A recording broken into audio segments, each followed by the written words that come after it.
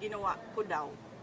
Ma'am, kung hindi kayo patatakbo ng 2028, tatakbo kayo ng 2035? Sandali, sir. Ang layo ng 2034. 25. 20, ito, hindi ako tatakbo sa 2025 elections. Magpapahinga ako for midterm elections. Ang nasabi pala ni Speaker is yung hindi daw rin ito-tolerate ang hypocrisy and evasion. Ano pong reaction nyo doon? Pero wala naman po siyang pinangalanan.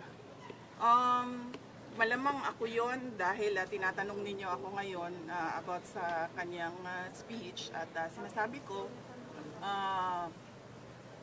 kung ano yung ginagawa nila ngayon dyan sa loob, yan yung inilarawan niya sa kanyang speech. Ma'am, you requested the committee to terminate the Minsan hearing. lang. Oo nga, oh. Ma'am, you requested.